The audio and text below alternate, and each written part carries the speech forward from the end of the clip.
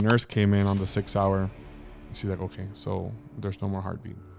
As soon as she said that there wasn't any more heartbeat, I think I figured out how to fix this.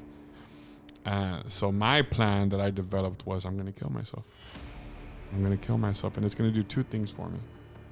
One, it's going to allow me to see my daughter again, because I had put it in my mind, God knows my heart, and God knows why I'm going to do what I'm going to do. And he knows that if I kill myself, it's going to be because I need to be with my daughter. I'm a father. I don't know where my daughter is. I need to be with my daughter. That was my mindset. I talk to God all the time, and I'm like, hey, don't give me signs, right? But open my eyes to the signs that you do give me. Like, I need to understand why it happened. Asleep one night in the beginning of May. Fell asleep, and I got transported to this place, bro. This place that was real familiar. I met Jesus. I got to see him face to face. Wow. Yeah, I got to see him face to face, and in the dream, I realized I was dreaming. So then I'm like, where am I? Like, is this heaven? And he said, this isn't heaven, but it's like heaven. He's like, you wanted clarity. I'm here to give you clarity. All the food trucks, and there's like a huge pachanga, bro. Music everywhere, light, stadium lights everywhere. And then I turned and I saw my mom.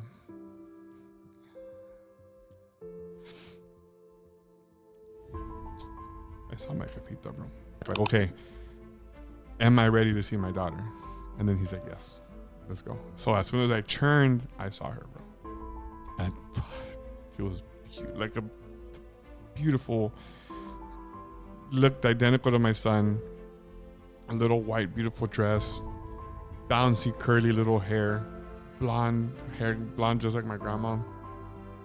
And her voice was like angelic. She's like, hey, daddy. Like, Jesus was like, okay, it's time for you to go.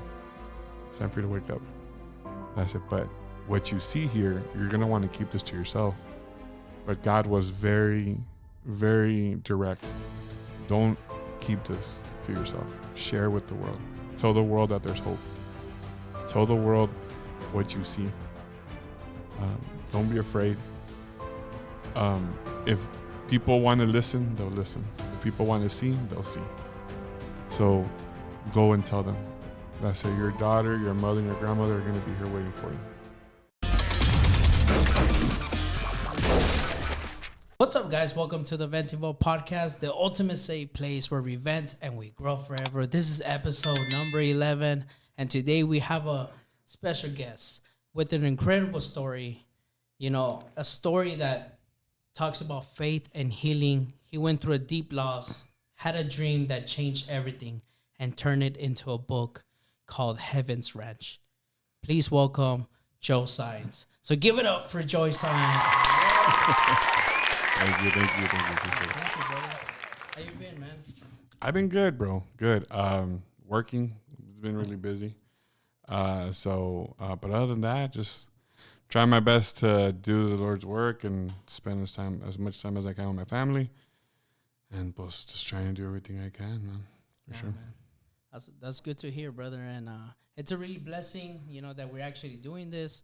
Because, you know, so for the ones that don't know, because, you know, they're looking at your shirt. So if you can go ahead and tell them what you do. So, first and foremost, the titles that I care about the most are I'm a husband, I'm a father, I'm a son, I'm a brother. And so those are important to me, right? I'm a Christian, right? I believe in Christ. And so those are my important titles, right? But other than that, in my regular life, I should say, I'm a police officer. I've been a police officer for going on 14 years now. I work at the school district, Edinburgh CISD Police Department. I'm a truancy officer there at Economy High School. Also happens to be the school that I graduated from, right? So I'm back home. Yeah, exactly. East Side, Strong Side. And so I'm there. And then I also, back in February, the beginning of February, I started a ministry. Started as, it's called the Forge Ministry. It started as a men's fellowship. And then eventually it became a Bible study ministry, focused only on Bible studies. And then I kind of opened it up to everybody. And then eventually I brought my buddy on board, my buddy Mike, and then we rebranded, refocused, and we started big ministries, right? So it's called Brothers in God. And we've had that ministry for the past couple of months, and now we're focused on Bible studies. We have our 3-pillar system, right? So it's Bible studies, our main focus. Building community is our second focus, and testimonies, sharing testimonies for sure. Man, that's good. And it's like I said, that's really beautiful, because when I did see the big ministry, I was like, oh, what does that mean? And when you said brothers in God, right? No, brothers. What was it again? Yeah, like brothers in God. Yeah, brothers in God. Yeah, that's beautiful. Bro. And it all came because Mikey, his nickname is Big Mike. My name is Big Joe. And I'm like, what? How can we? And we went through like a whole weekend's worth of like ideas, and we should call it this, and we should call it that, and we should call it this. And then I was like, you know what, BIG, so it's as you know, BIG. So I'm like, you know what, I like this. I'm like, what? How can we make it fit, right? And so brothers in God, and a lot of people think, oh, you're going back to a men's fellowship. I'm like, no, it's still. This is why I don't call it Brothers in God ministry. I call it Big Ministry, because ultimately it's for everybody, right? We have a women's fellowship. My wife helps me run the ministry. She started a women's fellowship, so she does that. She communicates with females, and tries to get our female audience in, and so it's a little bit of everybody. I disciple teenagers all the time. I speak to them. I try to help them out, and so it's for everybody. Man, we have people from all ages, males, females. Yeah, it's been going pretty good. Cool, man. So before we talk about Heaven's Ranch, if you can go ahead and tell us a little bit about your childhood and what kind of home you grew up in. Okay, I grew up, and I had a really good childhood. So I had the kind of childhood where we would pass by Burger King, and to me, Burger King was like fancy food. You know what I'm saying? But it wasn't like a suffrage thing. Like, to me, I wasn't like, oh, I want that one day. Like, it was just like, oh, look, it's a Burger King. But my mom made like meals, or my mom, even when we felt poor, didn't let me feel it. You know what I mean? And my dad was the same way. My dad was a really good provider. My dad was actually an excellent provider. But because he was a good provider, I wouldn't see him as much, because my dad was one of those, I'm going to go work. I'm going to spend as much time as I can working to give you guys everything that you need. And my mom had to play dual roles of mother and father here. Right. So I would see my dad maybe a couple times a year. And my mom pretty much did, like I said, both roles. And she was awesome. My mom was amazing. So we grew up actually in this building that we're filming, and this is actually the house I grew up in. So this is our dining room. We made it into a little studio, but yeah, man, it was a really good childhood. I'm a part of the generation where it was a little bit before technology came in, before gaming came in. So we had a lot of outside playing, you know what I mean? So we used to have the swing sets, and we had we would build forts and stuff like that. So I was still a part of that generation. It wasn't until later on that we got like the Nintendo 64 and the Sega Genesis, all that other stuff. So I got to see the beginning of that. But no, we did get to play a lot outside with that. And my family's real close knit. Like, I'm real tight with a lot of my cousins, you know what I mean? My aunts and my uncles, and it was where every single weekend we was like, okay, who are we going to host, or who's hosting, and we got to take our coffee and our bread kind of deal, right? And all the cousins would get together and play. And so it was pretty cool, man. I had a really, really awesome childhood for sure. That's really cool, brother. And what role did your faith played in when you were young? I grew up Catholic, man. I was in the Catholic Church. I did my communion. I got baptized as a kid. I did my communion. I did my confirmation. I would go to church because it was just something that we did, but it didn't really play a big role to me, to be honest with you. I wasn't very religious as a kid. I didn't know God at all. I knew of God. I knew stories of the Bible here and there, but it wasn't something that I was focused on at all. It was I got to do this because this is what my mom wants me to do. It was more based off of traditions. Like, I had my madrina and my god brother and sister, and like, it was just like, oh, I know they're my godparents. I didn't know what it meant. I just, to me, it was just, and plus it was my mom's only sister. Like, it was just like, oh, that's just another name for my tia, like, it's my madrina. Like, I just thought that was normal. No one ever took the time to explain anything to me. So to me, it was just a normal way of being. So yeah, no, growing up, my religious upbringing wasn't prominent at all. Okay.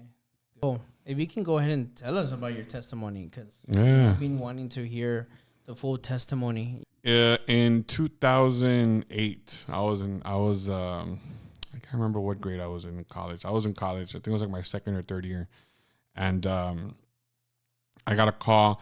So my mom had found a lump, right? Which scared her because my madrina, my tia Ana, she fought cancer. She fought breast cancer. So we kind of saw her go through her fight and her battle, and she survived it. And then one day my mom felt the lump. She's like, I'm going to go get it checked. And then while we were waiting for the results, we were making all these different plans. Like, hey, once everything comes back clear, let's go do this and let's go do that. So then I'm in school. I knew that my mom was supposed to be getting results sometime that week. And then all of a sudden I get a phone call from my dad. And he's like, hey, vente para la casa. And I'm like, what do you mean? Like, ¿Cómo que vente para la casa? And my dad's a real, like, typical, like, Hispanic, like, bien Mexicano, right? Like, the rancho. Like, you see my dad and you would think, like, no, this guy is probably still out there wrangling horses and stuff, right? Like, it's bien rancho. But I could hear, I've never seen him cry. I don't know what it looks like to see him cry. Up until now, like, I think I've only seen him tear up a couple of times, but he doesn't really cry. But I heard it in his voice that day. Like, domazente. Like, and I don't know what it was about his voice, but I just knew, like, oh, crap, mom has cancer. Like, I just knew. So, granted, I had to drive all the way from the SCC in McAllen all the way here. So, it was horrible because I just knew, like, okay, what I'm driving away from what was normal, coming into what is about to change my life forever. You know, that's the way I saw it. So, as I got here, my mom was in her room and everybody was in there. We were all crying because, okay, we got confirmation it is cancer. But my mind went to, like, okay, well, let's get to work. Like, what do we do, right? So she started treatment right away. We're doing treatment here at DHR, and then she just kept getting worse. And for a while, she got in 2008, maybe towards the middle of 2009, towards the end of 2009, we started getting talks of remission. Like, hey, you know what? It's looking good. It's looking better. So I got pretty excited about it. And then all of a sudden, my mom started getting seizures out of nowhere. So we're like, well, what's going on here? Why is she getting seizures, right? So then we looked into it. Well, sure enough, the cancer came back, but this time it came back to her brain. Yeah, so from her brain, it went back to her breast, right? So thankfully and luckily, we found this out like around the middle of 2010, and I was already dating my girlfriend at the time, which happens to be my wife now. But at the time, I mean, I had met my wife a couple months before that, but I mean, it was like instant love, right? Me and my wife fell in love with each other hard, and I kind of knew that my time was running out with my mom. So I told her, like, look, you're the one I love. I'm going to want to marry you, and I hate to rush it, but, like, I don't know how much time I have with my mom, and, like, I really want her, if she goes, I want her to at least leave in peace knowing that I met somebody and that I stay with somebody. And so me and my wife ended up getting married. We had 2 beautiful weddings. And the 2 weddings were because I feel like if my mom knew, so she wanted to go out in a bang, right? So my mom threw me one beautiful wedding at Rancho El Charco in La Jolla. And then she threw me another wedding at some huge ballroom in Mission. Yeah, that was huge. Yeah, it was amazing. But the beautiful thing is that my mom got to walk me down the aisle. So I thought that was pretty cool. Yeah, she got to walk me down the aisle in November 20th of 2010.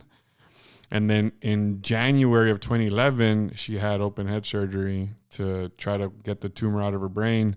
It wasn't successful. It had already spread. But by then, my mom, she stopped walking. So just a couple months before, she was able to walk me. And then after that, it was just a massive decline. And then October of 2011, that's when we lost her. So losing her was hardcore because I was her caregiver. I was the one that was tasked to take care of her, because at that time when she got sick, my brother was already married. He had his kids and family. My sister was married. She had a kid and her family. At that time, I wasn't married yet. So I took on the responsibility of taking care of my mom. So when I lost my mom, a lot of guilt. It was like, well, what did you do or what didn't you do to help your mom, like save your mom, right? So I lived with that guilt for a real long time. But even then, that loss didn't bring me close to my mom at all. Like, close to God, I'm sorry. It didn't bring me close to God. If anything, I questioned him a lot. Like, why would you do that to my, like, and anyone that knows my mom could tell you that my mom was like the life of every party. She was like, she worked to make people laugh, and it wasn't hard work either. Like, my mom was just naturally an awesome person, right? So I was like, why her? Like, so many evil people in the world. Why would you take my mom, right? So I had that in my heart for a long time. And then, so pasaron años, and me and my wife were, living life together, and we would travel and have a good time. And I eventually became a police officer, and I found purpose and everything. And then eventually me and my wife were like, hey, well, we were trying to conceive. We could never conceive. Like, we struggled with infertility for a real long time. In 2019, we signed up for an adoption agency. Like, let's adopt. If we can't have a baby, we'll adopt, right? So then from 2019 to 20, and check, I know this like by dates, it's going to trip you out. So in March of 2022, right before we go into spring break, that Thursday before going to spring break, I got a call. Hey, there's a parent in Mission, Texas, that's going to have a little girl. And if you're interested, it's yours or whatever. Like, so we got to go excited. We're like, oh my God, we finally get to have a baby. We finally get to know what it is to be parents. And we're super excited. So then that Friday, you're like, yeah, the mom's in labor and blah, blah, blah. Come Saturday, we find out that the mom had a change of heart, decided to keep the baby, which was really weird for us because it's kind of like you want to be upset, but at the same time, like, well, good on her because that is her kid, right? Like, So I'm glad she decided to keep her baby, but at the same time, like, I guess it's just not in our cards. You know what I mean? I guess it's not in our future to be parents. So this happened in March. We went through all the spring break, super depressed. Like, it is what it is. We'll get over it, blah, blah, blah. April 2nd, we find out we got pregnant with our son. Wow. Dude, that was gnarly. So, and I remember my wife that night or that morning, we went to go eat at GW barbecue. Shout out to George Watts, best barbecue in the valley. Real good buddy of mine too. So we went to go eat there, and my wife loved it. And we were like, hey, afterwards she was in a good mood because we had been down, right? Because of the whole adoption thing. We had been real down. But then we're like, let's go eat some good barbecue, babe. And then she's like, hey, you know what? We should drink tonight. And I was like, okay, like, where's this coming from? She's like, yeah, let's go to somebody's house and we'll just have a good time and have a couple of drinks. And I was like, okay, like, if that's what you want to do, like, mind you, we weren't of the faith yet. We didn't have any kids. Like, and this was when you already have found out that she was pregnant. No. This was the day that we found out we were pregnant. This was early that day. Yeah, so this was April 2nd. Right, day after April Fool's. So keep that in mind. So this was in the morning, and then let's go to Walmart. We'll buy some drinks at Walmart, and then we'll go home. We're already kind of older, so we're like, hey, we got to take a nap if you want to drink tonight because we got to last, right? So we went to Walmart. She bought a little 6-pack of Smirnoffs and or whatever. We get back to the house, but as we're walking, we walk by the pregnancy test aisle. And I never knew that they had some that cost $1. I just never knew that. And they're like, babe, do those pregnancy tests really cost $1? And she's like, yeah. And then she's like, you know what? I'm going to buy some. I'm like, for what? Like, and she's like, I'm just going to buy some because you never know. And I'm like, yeah, no, 12 years of infertility. I'm pretty sure I know that you're not pregnant right now. So I'm like, that's fine. That's, whatever floats your boat. It's only $1. I'm not really mad about it. So like, that's fine. So then we get home. I take an awesome nap. And I get woken up to a punch right to the Charlie horse. And my wife's like, hey, I'm pregnant. And I'm like, okay, I don't think you understand that April Fool's only works on April the 1st. It doesn't extend until like the whole month of April. She's like, no, I'm serious. I'm pregnant. Look at the test. So my instinct was, it's $1 test. Like, how serious can it be? And she's like, no, look, I'm pregnant. So... And sure enough, yeah, she was pregnant. I went to the dollar store. I told the lady, I need all of the expensive pregnancy tests that you have. I bought like $40 worth of tests. Came home, tested all of them, and they were all positive. So I was like, okay, God's real. Like, you know, that's what that was. And before that, I had a whole lot of things like with COVID. I got real sick with COVID. I almost died with COVID. God pulled me out of that. Right after God pulled me out of that, I got real involved with Pastor Elevation Church. I don't know if you heard of Elevation Church. Pastor Furtick. I started learning through him. So I started becoming very aware. I still hadn't accepted Jesus with my heart, though. You know, so once I saw my son was born a preemie, by the way. He was born at 30 weeks. We were in the hospital for 6 weeks with him in the NICU until we got him home. But watching him was like witnessing a miracle. I feel like if God put me in the situation to experience that, to show me what he could do, you know what I'm saying? I got to see my son weighing 2 pounds, 10 ounces to having him now like a full-blown toddler, you know what I mean? So the fact that I get to see that from its inception to now was like a big test. Like, hey, you want to see what I can do? Boom, you know. So yeah, it was pretty cool. So that was happy, right? We have my son. My son's doing amazing. He's doing good. And then we're like, you know what? I think we're ready for baby number 2. All right. So we try for baby number 2. We get pregnant right away, and then I find out it's a girl. Wow. And man, I felt like. I had always told myself, I don't think I'll have a girl because I don't think I'm that lucky.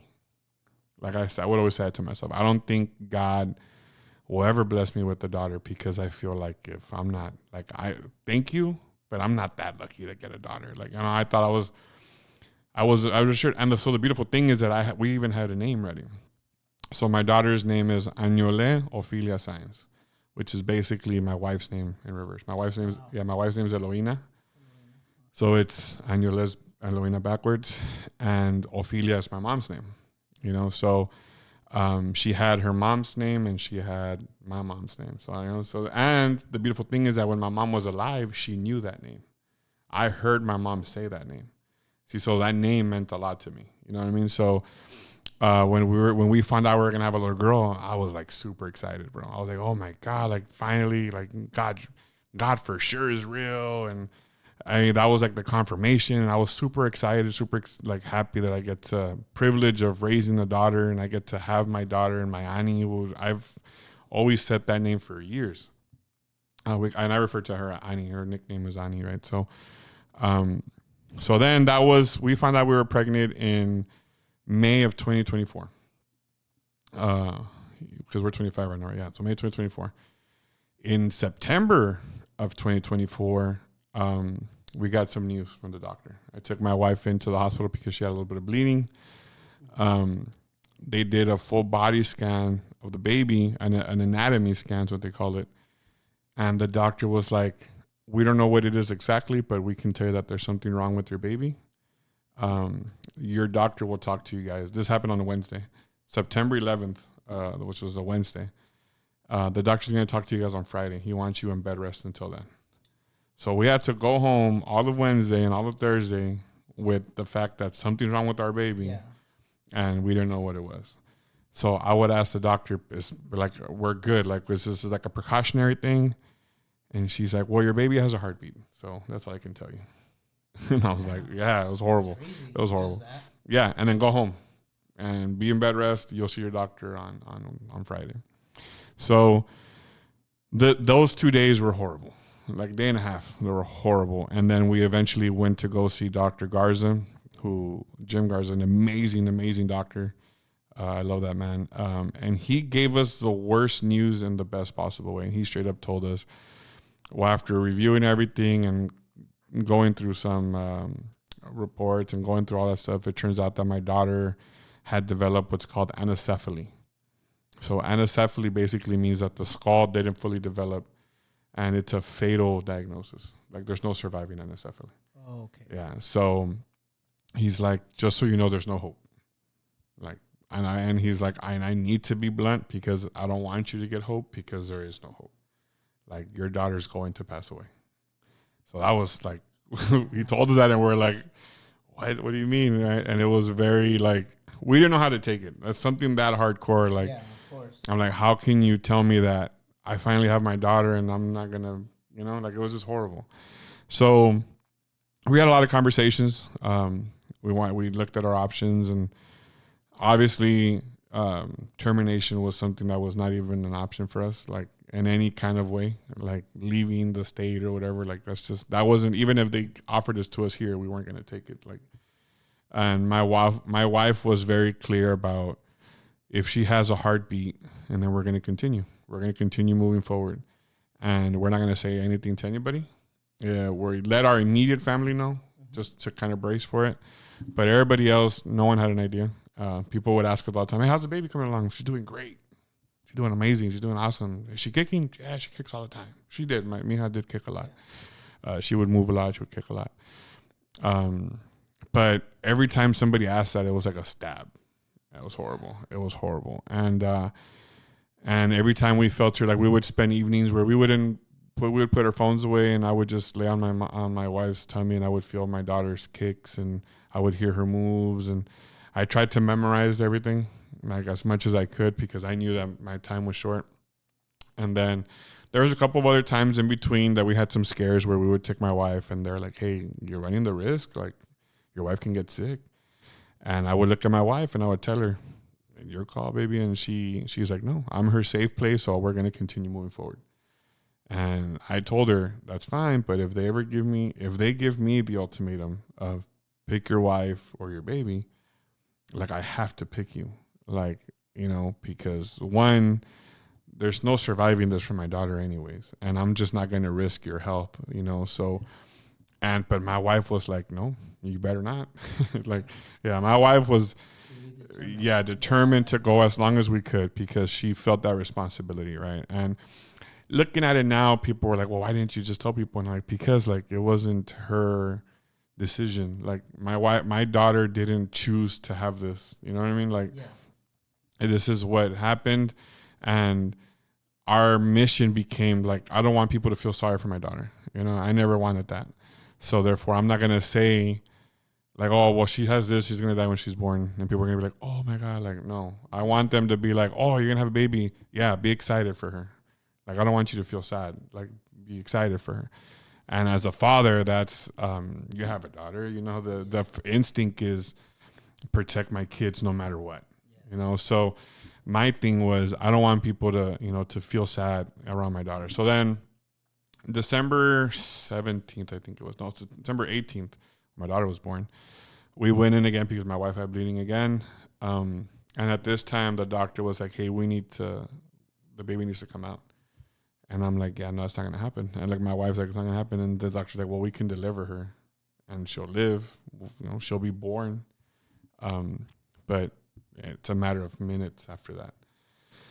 So I looked at my wife, and we made the decision, like, okay, if she can be born and I can get, me personally, I wanted a birth certificate. I was like dead set, like, I need a birth certificate to prove that my daughter existed, like that we gave her life. If she passes away, I have no control with that. But I want to make sure that, one, we're not gonna do termination, because that's killing, and I'm not gonna do that. And two, I wanted to make sure that I get to hold on to that birth certificate, which I do. I treasure it to the utmost. So then she was born. Baby girl was born on the 18th at 11:45. She was beautiful. 11:30. I'm sorry, 11:30. She looked just like my son. It's weird, a little carbon copy. She was beautiful. She got to open up her little eyes and got to spend time with my whole family, with me and my wife. And I made it a thing, like, you guys can come, but the second that you cry, I'm kicking you out of the room, just so you're aware. So my daughter only has a short amount of time here. I don't want her to feel any kind of sadness in her time here. So let's say if you're gonna come with high spirits, see her, love her, give her kisses, take pictures, whatever. But I don't want any sadness at all. So they would check her every hour.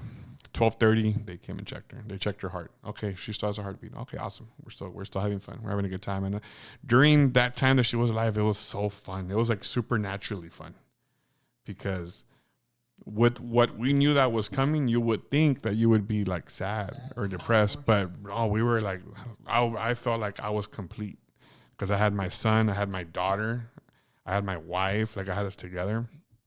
So it was awesome, man. It was a really, really good feeling, a beautiful feeling. And so then on the fifth hour, which we were like, man, the little girl's brave. She's still going. And her little heart's still going. And then on the fifth hour, the nurse kind of told me like, hey, you might want to bring everybody in because her heart is extremely faint. And I don't know if the heartbeat's going to be there when we come back again. So I was like, okay. So then I told my wife at that point, I'm going to carry her from here on out. And she's like, okay. I'm like, yeah, you brought her in. Let me take her out. And she said, okay. So my wife was laying next to me. I was in the chair and holding her. And I could see her, and you could see her color start kind of fading a little bit. And I had to witness that while at the same time trying to keep a straight face because I still have my wife next to me, my father, my siblings, my nephews, my wife's family. They're all in the same room. But I knew, okay, she's gone. But at least she's in my arms, you know? And then when the nurse came in on the 6th hour, she's like, okay, so there's no more heartbeat. As soon as she said that there wasn't any more heartbeat, bro, I felt like, how can I explain it? Like imagine we're in this room and then all of a sudden everything just starts to break. Like just shatter, bro. Like a depression that was so instant. I feel like your heart dropped. That I wish it was that simple. Like it was horrible. Like it was like if you're like not like your heart drop, like if you're on the world's tallest roller coaster and you're going straight down. Like it's just horrible. Like I don't have words. It was just a really ugly feeling. And I felt like if I died while still alive. If that makes any sense. Okay. Yeah. It was and I wish I had the words to explain how dark that got. Because it was like the worst. Like super bad, right? So then they told us that I don't really remember too much, to be honest with you. I remember like I just crying and holding my daughter and then my wife crying and just everyone around us. Like a lot of it's kind of figment. And then I remember the nurse was like, how long do you want to have her here with you guys? And this was already like about, I want to say like 6, 7, maybe 8 o'clock at night already. I don't remember. It was late in the evening and I was just like, well, can we keep her till the morning? So we can at least spend the night with her. And then they're like, yeah, sure. So eventually everyone left. It was just me, her, and my wife. And I was still talking to her. I would feel her, like her skin, and I would touch her little fingers and try to remember as much as I could, right? And then my wife was holding her. So eventually I told my wife, okay, well, let's go to sleep. Do you want her to go sleep with me over here? Do you want to hold her? And she's like, no, I want to hold her. So then we fell asleep. We got woken up like at 3 a.m. Hey, we need to take the baby. And we're like, woke up like half asleep. Like, what do you mean? And they're like, yeah, no, we got to take her. I'm like, you said we can have her all night. And they're like, no, they're going to pick her up here in a bit. So we got to take her. So that caught us off guard. And we're just like, okay, well, can you give us a minute? Like, can we say goodbye? And we tried to say goodbye and they just rushed her out. And we kind of stayed there like half asleep. Like, was that a dream? Where's our daughter? Like, and then me and my wife, I ended up laying down with her in the bed and we just cried ourselves to sleep. And the next morning we woke up and it was just pure darkness, bro. Like pure darkness. You ever seen that movie? It's a Disney movie. The movie Soul? No, but they show they call them empty souls or dark souls, or they're just walking like slowly, like no emotion, no nothing, right?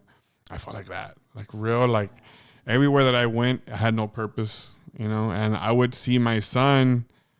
And you would think when you see your child that it would bring happiness, but it scared me because I would saw my son and I felt nothing. Like if someone stole the joy of seeing my son. Like it was just horrible. It was a horrible feeling.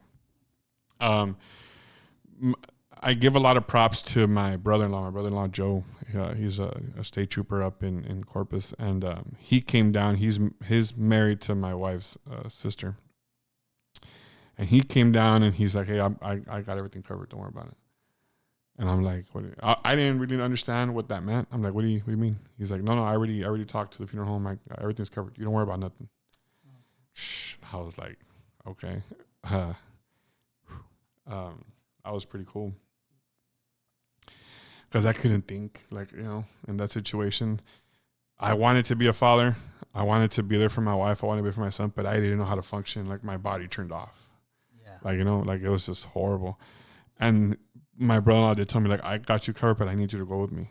And I'm like, for what? And he's like, I need you to go sign paperwork. And I'm like, okay. Like, okay, let's go. And I remember walking behind him and just like not even knowing where I'm going. I'm just following him. Like, you know what I mean? He took me to the funeral home, and I was talking to the funeral director, and he looked at me and he's like, stupid question, but are you okay?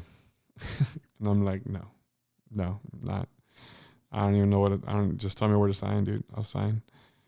And then he was like, if there's anything we can do to help you. So then I looked at him like, I feel like if he took it like, oh, I offended him. He's like, no, I'm talking about, and I'm like, no, I'm like, there is something you can do if you can. I'm like, we didn't get to say goodbye to my daughter at all. I said, they took her at 3 a.m. I'm like, is there any way that you could allow my wife to see her? I'm like, I'll be okay with at least my wife being able to see her. And he's like, no, both you and your wife can come and see her. I said, of course. I'll whenever you guys come in, I'll have her prepared for you guys, and you guys can come and see her. And so that got me super excited for a second there. I'm like, oh, cool, we get to say goodbye the proper way. So we went back to the hospital, picked up my wife, and then we got discharged, and we went to go see our daughter again, and we finally got to say like a proper goodbye, right? And which was also extremely hard because how do you say goodbye to your kid? Like, it's just, there's no proper way to do that. It's very unnatural. And I remember being in the room, my wife holding my daughter and asking like, how do I let go? And the cry that I heard come out of my wife that day, I pray to God I never hear that cry again. Like, it's haunting. Yeah. It's a real haunting cry. And I remember that my brother-in-law and my sister-in-law were there with us, and they did a prayer for our daughter. So I always tell them, like, you're by default, you're the godparents of our daughter, right? Even though we're not Catholic, but we always say that. They talk about going beyond, right? I always tell them, like, I'll spend the rest of my life trying to find a way to repay you for that, because that meant a lot. We went home after that. We had another hard day when we picked up my daughter's ashes. My daughter's ashes are up there, by the way. So that was another hard day when we got her ashes. I couldn't feel right having a burial. Like, I wanted her to come home, and I wanted to have her here with me. So she's here with us. And so for about a month after that, month and a half or so, it was a real ugly time, bro. Real ugly time, because I wanted to kind of find normalcy, but I couldn't function. Like, I was at work doing what I was trying to drown myself in work, because that to me felt normal. Like, I would come home, my wife was extremely depressed. I would want to be with my son, but I was upset because I couldn't feel like I don't know. I didn't feel like a good father. Like, I felt it was just horrible. Like, everything was just real bad, real ugly.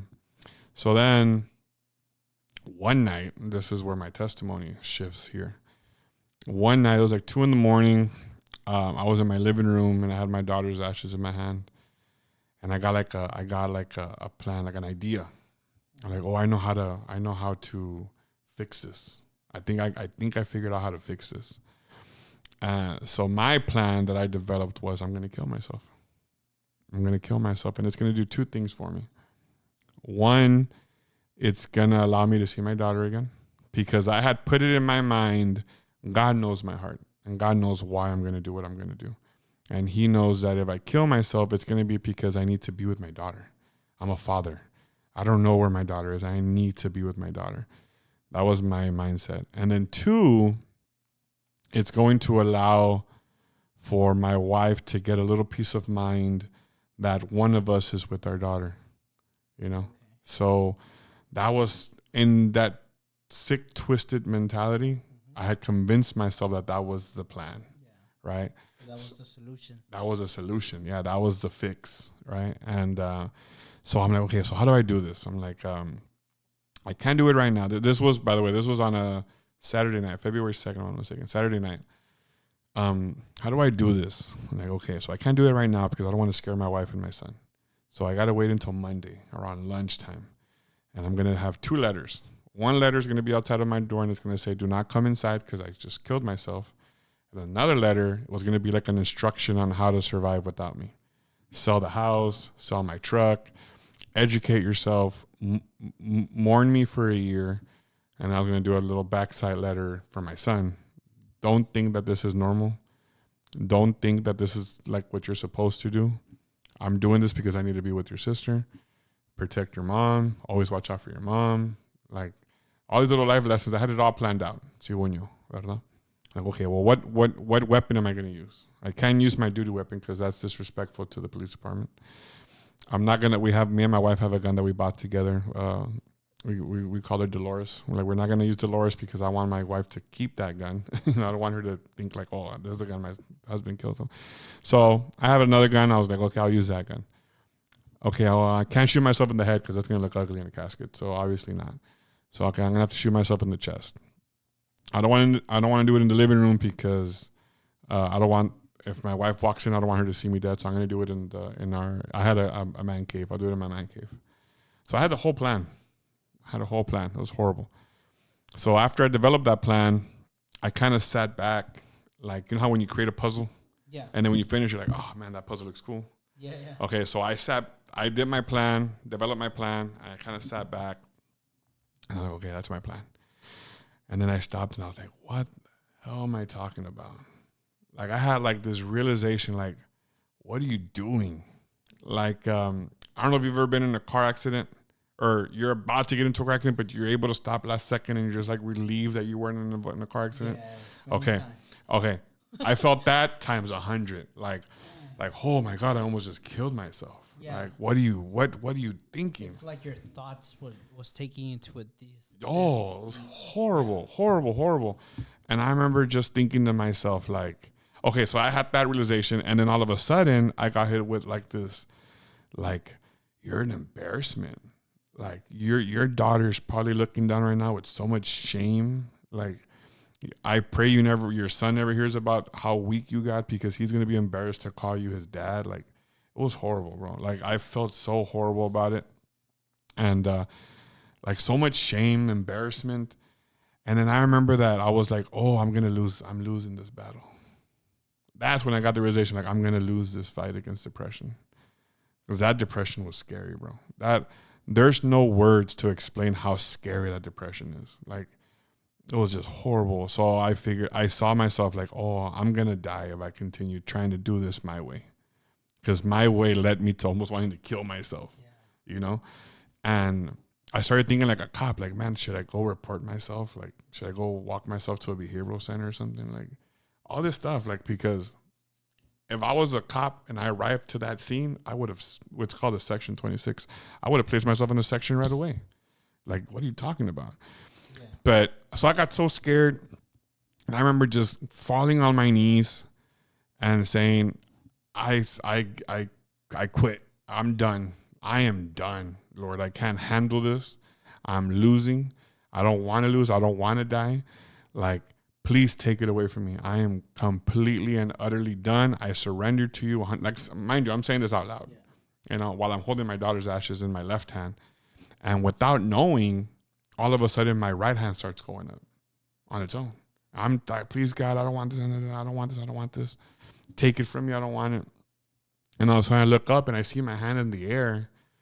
And this is very supernatural, bro. I had a hard time explaining this when it first happened to me. But to me, it felt like if somebody got an ice cube and started rubbing it on the palm of my hand. And I felt it, and it was like, and I was like like that. And then all of a sudden, I sat back on the couch like if I was being hugged by like the world's greatest hugger. I've always used that example. And I have not changed that because that's how it felt. Like, I don't know how other way, or do you know what a weighted blanket is? Yes. Okay. Like, if someone just threw a weighted blanket on me and I just felt like secured, like so secured. And then I finally felt the Holy Spirit come inside of me that day. That's what that was. And I just knew, like, I knew not only is everything going to be okay, I'm going to see my daughter again in heaven. Like, oh man, the peace that came with that, the peace, and I hadn't felt that, bro. I hadn't felt that in like I said, 2 months after losing my daughter. Actually, and before that, because I knew that my daughter was gonna die. Like, it was just, I knew. Yeah. So after that, bro, my life changed like you couldn't imagine, man. And then I started listening to my convictions. I remember that right after that, I was like, I gotta find a church. That's the first thing that came to mind was find a church. So I started asking, hey, what church do y'all recommend? What church do y'all recommend, right? So eventually I started going to the family church. I got baptized there right away. As soon as I got there, I can't spread word until I get baptized. I would tell my wife, I want to get baptized because I want to go and tell people. And like, why don't? And then people are like, well, just go tell them now. Like, no, I got to be baptized first. Like, yeah, like I was in my mind is I can't move until I publicly announce to the world, hey, I am a child of God. So, yeah, so that's what I got baptized, and then from there I started the men's fellowship, which started off as the Forge. I started the Bible study. After that, we just progressed, and I found my footing, and I started learning about God, and yeah, bro, that's my testimony, man. That's how I got saved. It took something horrible, but that just tells me that my daughter had a purpose, had a purpose and had a job to do, and it was to come home. And actually, I've written 2 books. The first book is called She Saved Her Daddy. Talks about my testimony. It's based off of my testimony. Okay. Yeah, so I basically just told you the whole book, but that's what it is. It's called She Saved Her Daddy. I wrote that book specifically to give my daughter purpose, and that was her mission, man, to come to Earth, save me, and through me, with the grace of God, I get to go and save more people. You know what I mean? So yeah. So that's beautiful, man. So I'm guessing that once you got saved, your whole family got saved. It's going really good, actually. A lot of my extended family, right? I have a lot of friends that I consider brothers and sisters, and slowly and surely they're seeing the change in me. And I remember when I first got saved, like, hey, bro, let me talk to you about God. And I had to slow down. Yeah. I had to slow down because I felt like that was actually pushing them away more than anything. So like, I slowed down a little bit, and I started to like, okay, you know what? I'm going to lead by example. So I started becoming what I wanted everyone to be, and I couldn't change until they saw it in me, and so far so good, man. It's going really good. Thank God. Yeah. I was gonna ask, like, what keeps you more motivated to just keep going? Because I know that receiving Jesus in your heart, that changed your life, but I know for some people they just feel like that's not enough. But I feel and I believe that Jesus is more than enough. So what keeps you motivated just to keep going? God, if that makes any sense, man. God talks to me a lot, bro. Talks to me a lot, and this is what led to me writing the book, right? So that goes into me talking about my new book, right? Heaven's Ranch. So I was saved. I started the ministry. I was doing Bible studies. Everything was going good. But I'm still a father, right? Yeah. I'm still human. I still miss my daughter. Yeah. I see the pictures of daddy and daughter dates, and I miss that. I'm not going to be able to do that here on Earth, So it makes me feel a certain kind of way. So what I would do a lot is I would talk to God, bro. I talk to God all the time, and I'm like, hey, don't give me signs, right? But open my eyes to the signs that you do give me. Like, I need to understand why it happened. Like, I want to know if she's okay. Like, how is she doing? Like, I just need clarity. Like, just give me clarity. I prayed for clarity more than anything. Like, please help me understand. Like, let me understand. So one night, I'm driving home, and I remember thinking that more heavily than I usually do. Like, please, like, just, I don't know, man, just help me understand. Like, let her, let her know that I still care about her. Like, just, help me understand. And then I fell asleep one night in the beginning of May. Fell asleep. And I got transported to this place, bro. This place that was real familiar. Ended up, without spoiling the book too much, right? I went to this real familiar place. I met Jesus. I got to see him face to face. Wow. Yeah, I got to see him face to face. And in the dream, I realized I was dreaming. If that makes any sense. And I'm going to forever call it a dream. A lot of people in high places have told me, hey, by what you're telling me, it sounds like you had a vision. But I'm going to refer to it as a dream because I don't know what it was, and I don't want to get it wrong. So I'm going to go with like the least of what it is, right? Just to play it safe. But I will say this. In my dream, I felt things. And I remember freaking out at the fact that I could feel things in my dream because you don't feel stuff in your dreams. You remember seeing stuff. But I remember touching the ground. I could feel the ground. I remember feeling the air, like the cool breeze. I remember seeing Jesus. I remember hugging Jesus. I remember having full-blown conversations with Jesus while never opening my mouth. Yeah, it was strange, bro. I remember asking, like, are you? And as I'm asking it, he's like, I am. Yeah. And then so again, the reason why I say that I knew that I was dreaming, because my next question was, am I dead? Like, did I die in my sleep? Because why does this feel like if it's happening? Like now when I remember it as a memory and not so much a dream. Because I remember talking to him the same way I'm talking to you right now. It felt more than real. And I asked him, am I dead? He's like, no, you're not dead. Never moved his mouth. I just heard him say it. Not auditory, like it's weird. Like I just heard it, like I just knew. So then I'm like, where am I? Like, is this heaven? And he said, this isn't heaven, but it's like heaven. He's like, you wanted clarity. I'm here to give you clarity. Yeah. I'm here to help you understand. I remember him saying that real clear. So I was like, what? So he eventually took me to a place that I recognized as my grandmother's ranch, Rancho San Jose. Yeah.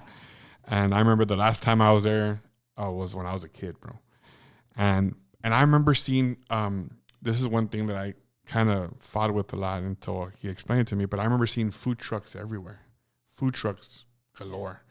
I'll show you a picture of my grandma's ranch, but in order to get to the front entrance, you had to bypass the whole ranch, and then you got to the front gate, right? From where we were coming from. And I remember just seeing food trucks everywhere. And I was with all the food trucks. When I get to the front gate, I see these two huge guys, like 7 feet tall. And I'm walking up to them. Jesus tells them, hey, Mike, Gabriel, come and meet Joe. Bro. Yeah, bro.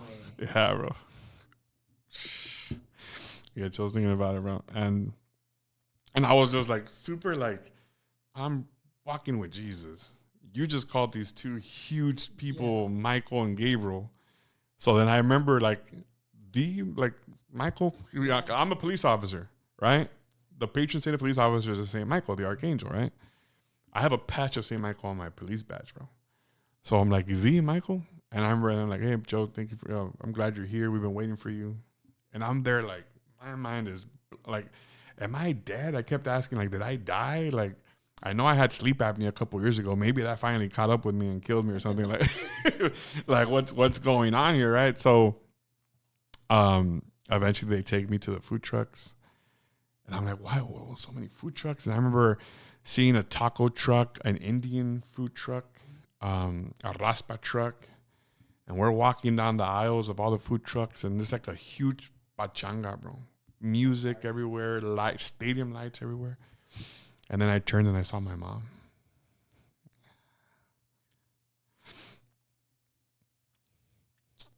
I saw my jefita, bro. And when I saw her, my eyes locked. Because I'm like, oh, if I wake up, like, I need to make sure I remember this, right?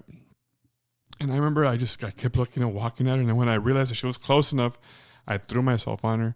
And I felt her, like, my mom was gordita. I felt her. I felt everything, you know. Her shirt, her hair. My mom had real curly hair.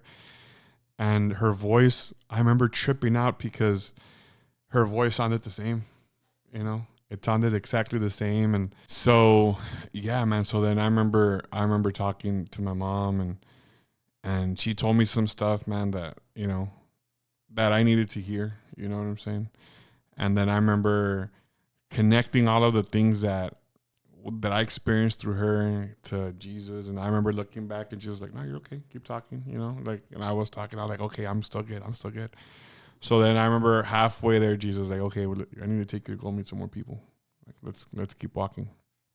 So I kept walking. We passed by a table, like a garden table. And there was a bunch of like señoras there standing, eating.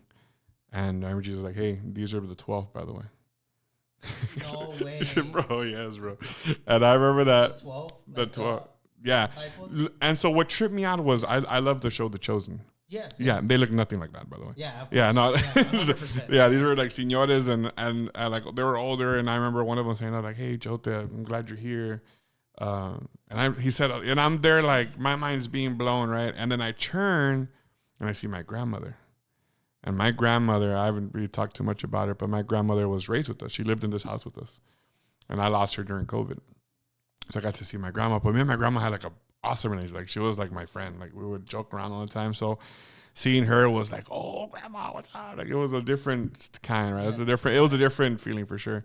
So I saw my grandma and I was like, Grandma, this is your house. And she's like, what's going on with your house? And we were going back and forth. But she talked to me about a lot of me. When my grandma passed away in June of 2020. I got COVID in July of 2020. And bro, I almost thought I was going to die. Like it was bad. But I always had a feeling like when I made it, I'm like, I feel like my grandma had something to do with that. I had just lost my grandma. I always had that question. Like, I wonder if my grandma had something to do with that. So I got to ask her, like, Grandma, by any chance? And she's just like, yes. And that's what I did. That's what I told Jesus that I think you had more in you. And yeah, we pulled through for you because we knew that there was something bigger for you. Bro. So I thought that was like, oh man, that's so cool. Like I was real fun. So and we kept Jesus like, okay, I got one more person to show you. When Jesus said that, mind you, my mind was blown. I'm talking to Jesus. I just saw my grandma. I just saw my mom. I saw the 12. I saw Mike and all these food trucks. My grandma's ranch looked different. Like my mind was so blown. All of a sudden, where's my daughter?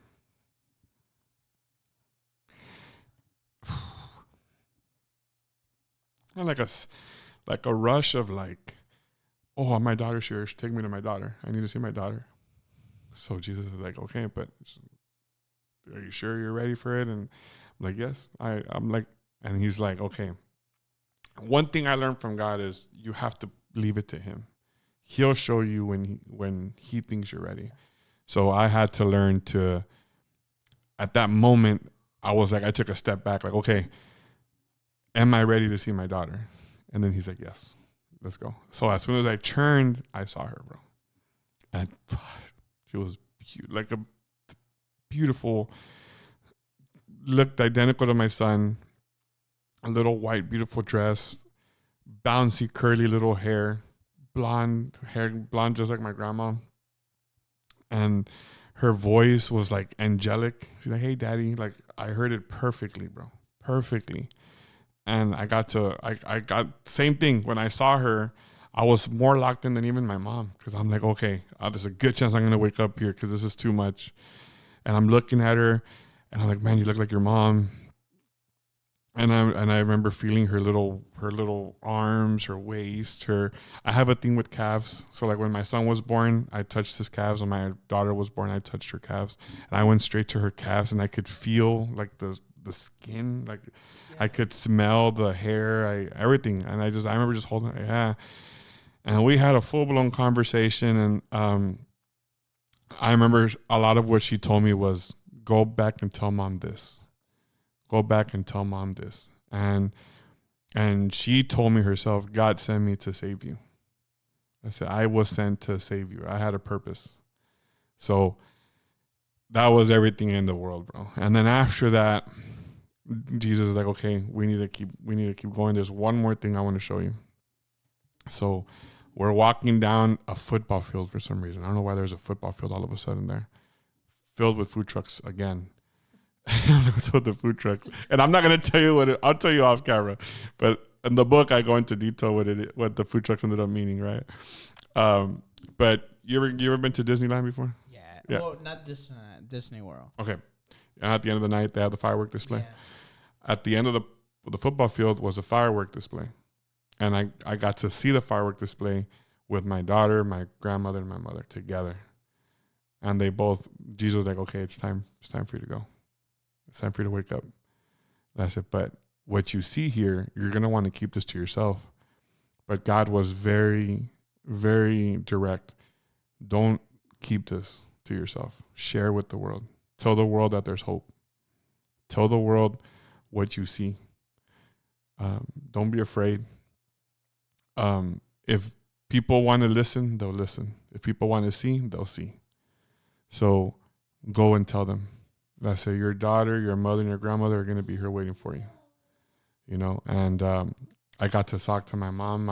I saw my mom interact with my daughter. I got to see my grandma interact with my daughter. I just told her, just take care of her until I get here. And they're like, of course. You know, so I woke up really upset. Like, why did I wake up? Why couldn't I stay there? I was real confused because I didn't know what that was. Like, why did that feel so real? Like, why did it feel so extremely real? I thought my thing was I died. Like, maybe I died and that was my peak of heaven, you know? But no, he told me I didn't. And I didn't say a lot to anyone, to anything at all, actually, for like about a month, because I was so afraid of people are going to think that this sounds outlandish, bro. You know? How do I make people believe me? But then his voice kept replaying, don't hold it in. Go tell people. Tell people that there's hope. Tell people that what's waiting for them, you know? And then I'm like, why me? Like, I just became a Christian. Like, again, like, I just got reborn. Like, I just started the ministry. Who's going to believe me? But in my mind, I'm like, you know what? I'm going to do what he's telling me to do. So I'm going to release it. I wrote it in about a week. I admitted it to get published through Kindle and Amazon. And overnight it got approved. And it went live overnight. And it's been doing amazing. And every single person that's read the book have told me I needed to read this book. I've had people that tell me, I felt like you wrote this book for me, you know, and thankfully God allowed me to do it, allowed me to share it. And yeah, man, it's all glory to him, because I thank him every single day for giving me that experience, because that was a closure I needed. That was a closure my wife needed, because of a lot of what my daughter said. My wife needed to hear it. And I tell her, don't thank me, because Mija's the one that sent. I'm just the messenger, you know what I mean? So, but yeah, man, that's my book, and that's why I named it Heaven's Ranch. Yeah. And I was gonna ask why, ranch. I knew heaven had to do something with the dream. Yeah. For sure. But now that you mentioned about the ranch, it makes a lot of sense, man. Wow, bro. I cried. This is beautiful, bro. It's a beautiful testimony. And, it caught me off guard. And it's a good thing that I haven't read the book yet. Yeah, because you're going to appreciate it a little more, maybe, yeah. Yeah, and, I'm more of I'm not really too much of a reader. More of a... So then I'll drop the exclusive here on your podcast. I'm going to be releasing the audiobook version here really soon. Yeah. So I haven't really announced it. But now that you told me, now I can read it. You get me? Yeah. Sure. Like, you get me? And, man, it's just beautiful, bro. And God has a beautiful plan for you and your family. Thank you. And I wanted to ask you, if you were to have just 10 seconds with your daughter, what is the thing that you would like to tell her? I can tell you what I told her. I told her right away, I'm sorry. Mm-hmm. I'm sorry I couldn't keep you safe. I'm sorry that you had to come to heaven alone. But she told me I'm not alone. I'm with grandma. I'm both grandmas. I'm good. I got to hear that from her little sweet voice, bro. Beautiful. Oh man, that's the best. Yeah. Man, that's good. Yeah. That's a good answer, brother. Yeah. And where can people find your book, right? Yeah, it's on Amazon. Just look up Heaven's Ranch, inspired by a true story of heaven. You can also find the same thing on Kindle. And I made them very like, I priced it not too expensive, bro. The Kindle version is $5. Um, the the soft cover, it's $10. I'm working on a hardcover special edition right now. It's gonna have pictures. Wow. That one's gonna be about $20, Okay. and all that money is going directly back into the ministry. Yeah, I'm not keeping that money for anything. It goes directly back into the ministry to grow the studio. And then eventually I want to start giving back. You know what I mean? I want to start giving back to the community. So that's one of my goals. But yeah, it's Heaven's Ranch on Amazon and Kindle. And then soon on Audible. Okay. On Audible.